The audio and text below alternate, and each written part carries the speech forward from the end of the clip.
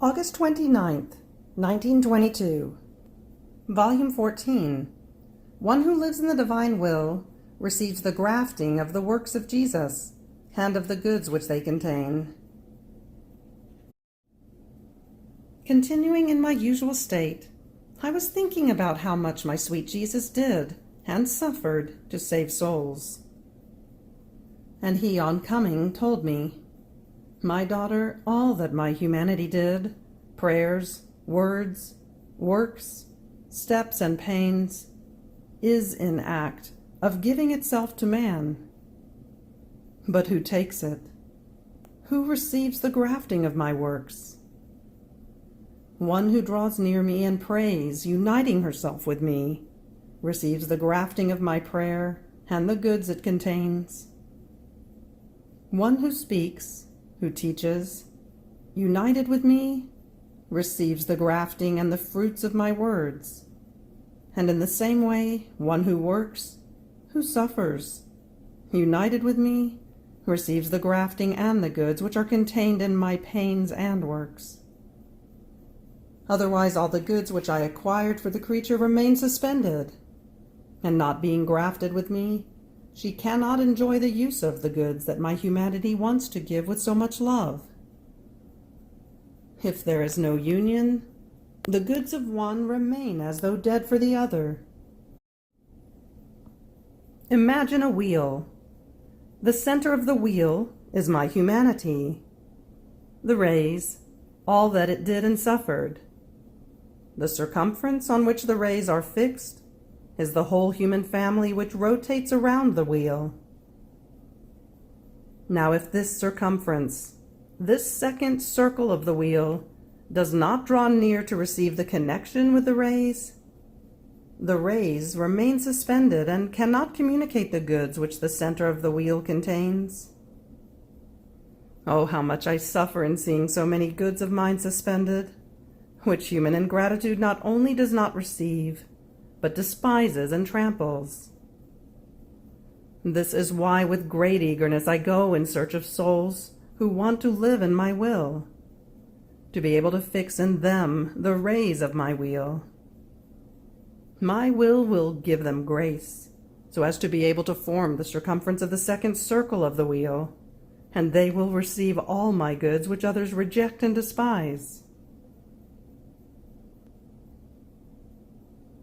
August 29th, 1926, Volume 19. Only the Supreme Will possesses the nature of true good. Blessing of Jesus of the title to be given to the writings about his most holy will.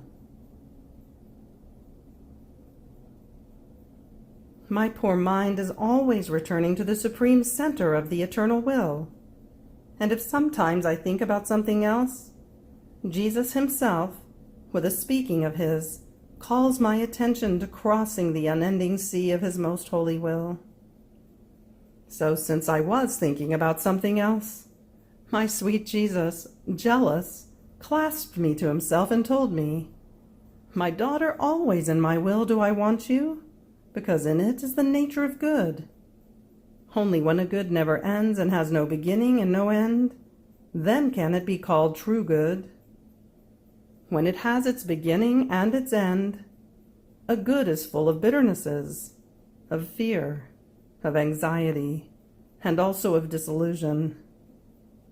All this renders good itself unhappy, and many times one passes easily from the good of riches to miseries, from fortune to misfortune, from health to sickness, because all the goods that have a beginning are unstable, fleeting, short-lived, and end up in nothing. It is my supreme will that possesses the nature of true good, because it has no beginning and no end, and therefore its good is always the same, always full, always stable, not subject to any change. This is why all that the soul makes enter into the supreme will, all of her acts formed in it, acquire the nature of true good, because they are done in a stable, immovable will, which contains eternal and immeasurable goods.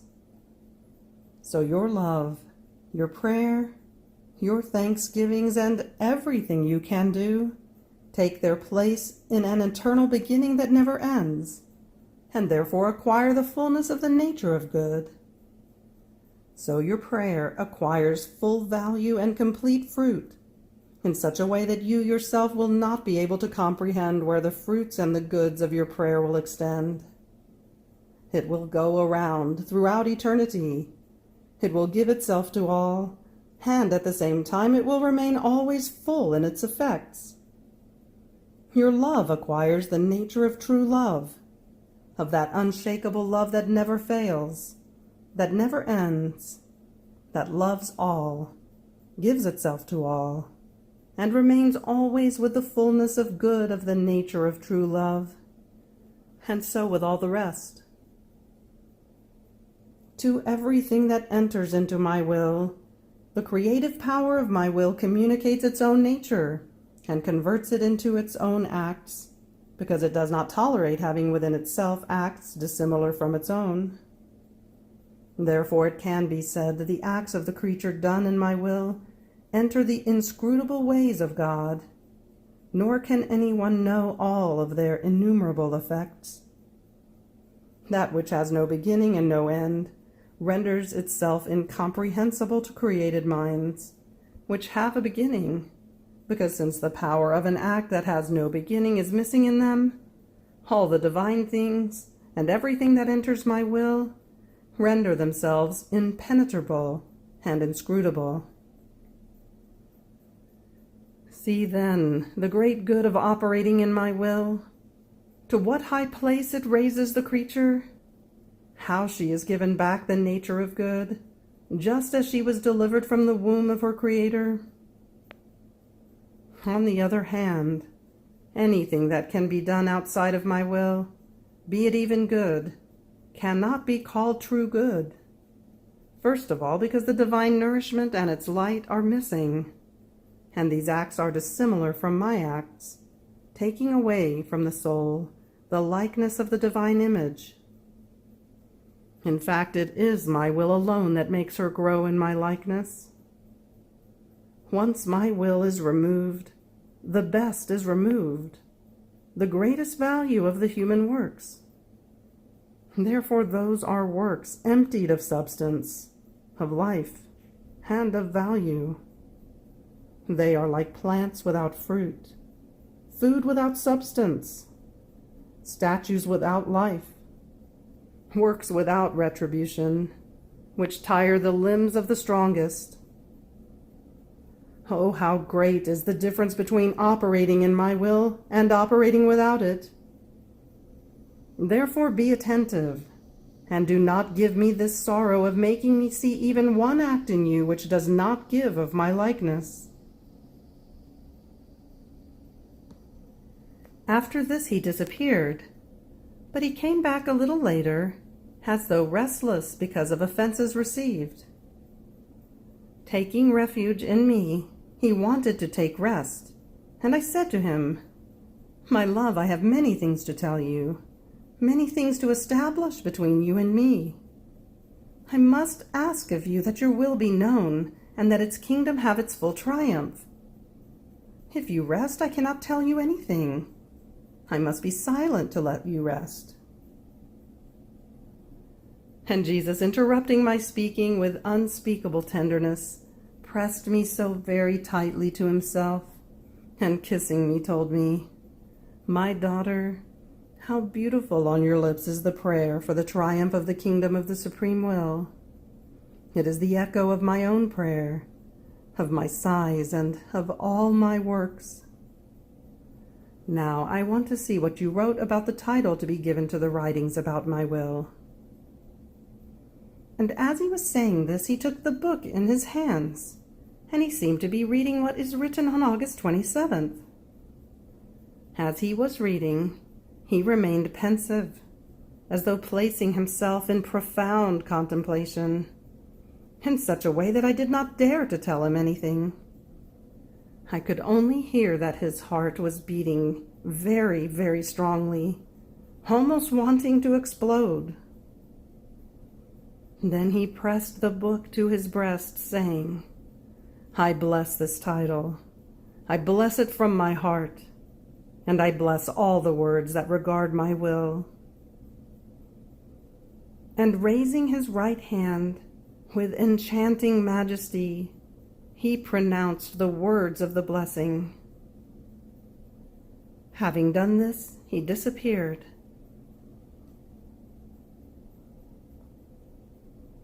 August 29th, 1930, Volume 28, How Created Things Are Pregnant with Divine Will. The crosses form the way that leads to heaven. My abandonment in the divine fiat continues. An invincible force transports me into its divine acts, and I feel and know the divine will operating in all created things, as it makes me the sweet invitation to follow it in its acts in order to have my company. But while I was doing this, my always lovable Jesus told me, "My daughter, all created things are pregnant with my divine will that left itself in them, not for us who had no need, but for love of creatures, giving itself in as many distinct ways for as many things as it created." Acting as true mother, it wanted to assail the creatures with as much love for as many things as it issued to the light of the day. It wanted to give itself in each instant without interruption, so as to give itself, sip by sip, to form its life and extend its kingdom in each soul. This is why you see that there is not one thing from which my fiat does not want to give itself, and it can be said that each created thing forms its throne of love, from which it makes descend its mercy, its graces, and the path in order to communicate its divine life. It is as though on the lookout to see what good it can do to its children, if they open their hearts to it, to receive its goods and to conform to its divine ways. So each created thing is a call that it makes to the creature to receive the gift that my divine will wants to give her. Each created thing is a new love that it wants to feed her, and one more act of its life that it wants to carry out toward and inside the creature. But alas, how many ingratitudes on their part! My divine will embraces them. It clasps them to its bosom with its arms of light, and they escape from within its light without returning to it the embrace and looking at who it is that loves them so much. Therefore, my daughter, you, be its repairer. Follow it in all the calls that it makes to you by means of each created thing, so as to give it love for love, and receive all the sips of its divine life in the depth of your soul, to give it the freedom of letting it reign. Then I was following its acts and my abandonment in the supreme volition. But my poor mind was occupied with many incidents that our Lord had disposed and disposes for my poor existence. And my sweet Jesus added, "My daughter, the crosses, the incidents, the mortifications, the acts, the abandonments of creatures, everything that one can suffer for love of me, are nothing other than the pebbles that mark the way that leads to heaven. So at the moment of death, the creature will see that everything she has suffered has served her to form the road that has marked with indelible ways and with unmovable stones the straight path that leads to the celestial fatherland. And if everything that my providence has disposed for her to suffer, she has suffered in order to fulfill my divine will, to receive not the pain, but an act of its divine life, she will form as many sons for as many acts as she has done and pains that she has suffered, in such a way that her road will appear as marked to the right and to the left by sons, that taking her and investing her with their light will lead her into the celestial regions. Therefore, the many incidents of life are necessary, because they serve to form for oneself the road and to mark the way to heaven. If roads are not formed, it is difficult to go from one town to another. Much more so, it is difficult to reach eternal glory.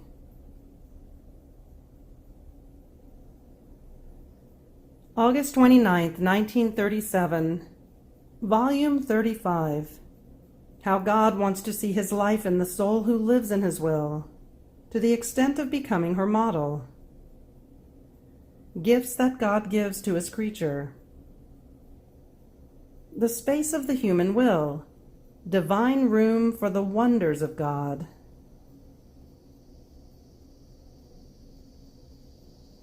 My flight in the divine volition continues. Its attractions and its charming modes become more insistent. Its desire to live in the soul is such that it assumes the attitude now of prayer, now of supplication, now of promise, to the extent of promising to the creature new gifts, more beautiful and unexpected, if she lets it rain. Only the ungrateful could resist so many attentions. But while my mind was crowded by so many supplications and sighs of the divine Fiat, my sweet Jesus, my dear life, came back for his short little visit. As if he wanted to pour out his love, all goodness, he told me. My blessed daughter, if you knew into what a maze of love we are put by those who do not live in our will. I can say that for every act they do, every word, thought, heartbeat, breath, that we don't see flowing in our will, the life of our will and our own love remain repressed.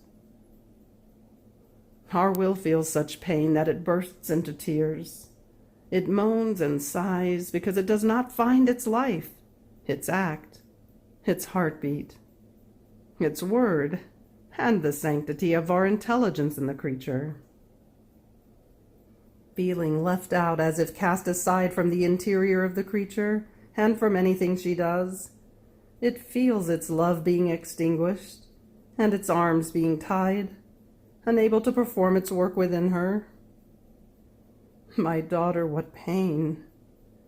Being able to give life and not giving it? Being able to speak in the human word and being reduced to silence because the creature gives it no place within her word? Being able to love with our love in her heart and not finding the place in which to put it. Oh, how our love remains hampered, with almost no life, because the creature does not live in our will. You must know that when the soul doesn't act in our divine will, God becomes her model, while the act becomes the material necessary to receive the divine model.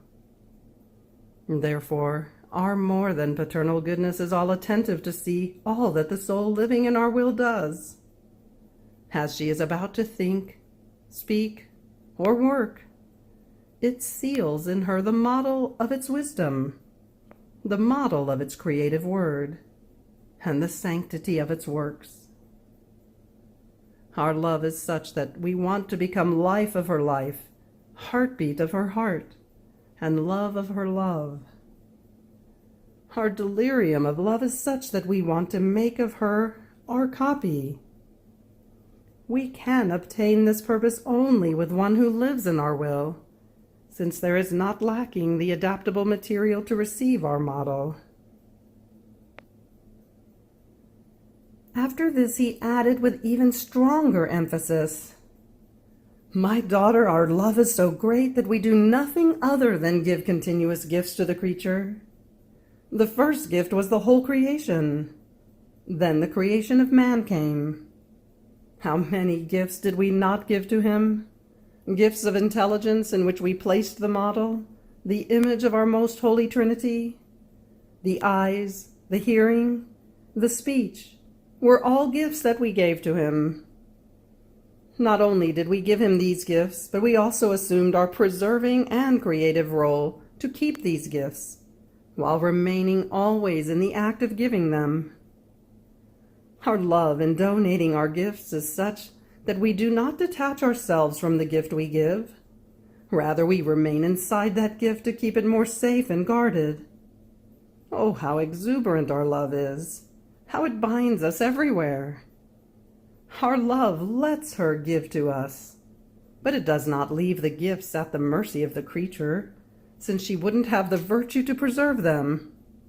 So we offer ourselves to keep them, and to love the creature more we also place ourselves in the act of giving them continuously. How much more should I tell you, my daughter, of the great gift we gave to the creature in creating her human will? First we created the space, then the sky, the stars, the sun, the air, the wind, and so forth. That space had to serve us so that we could create all other works. It would not be a work worthy of our wisdom to create things without having the space in which to place them. In the same way, by creating the human will, we created the vacuum, the place in which to put the great gift of our most holy will that we gave to man. This space had to serve our operating will. We were to place in it the most extensive heavens and the brightest suns, not a single one, but one for each time man would act. Therefore, while creation had to serve man, this space of the human will was to serve his God, to form his delights, to always be able to form his shelf, his throne, his divine chamber. I gave man this gift, forming this space within him in order to have the place in which to communicate with him, to be one-on-one with him, in sweet company. I wanted to have my secret room. My love wanted to tell him many things, but I wanted the environment in which to talk to him, and in which my love could reach the extent of giving itself completely to man, while he would completely abandon himself in God.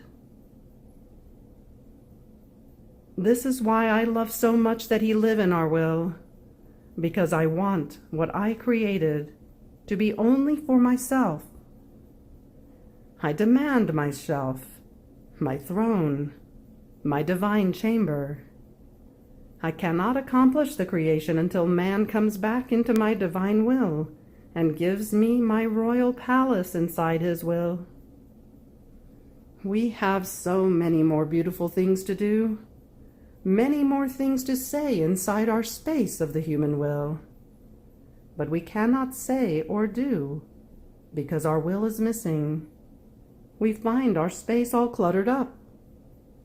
So we do not have the space in which to place our works.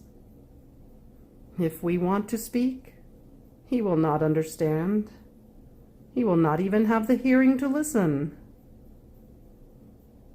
Therefore we will make unheard of prodigies to acquire again what is ours, the space and our divine room. And you, pray and suffer, so that I may have back what is mine. Never refuse me the space of your human will, so that my love may be poured, and my works may continue the work of creation. End of August 29th. Fiat.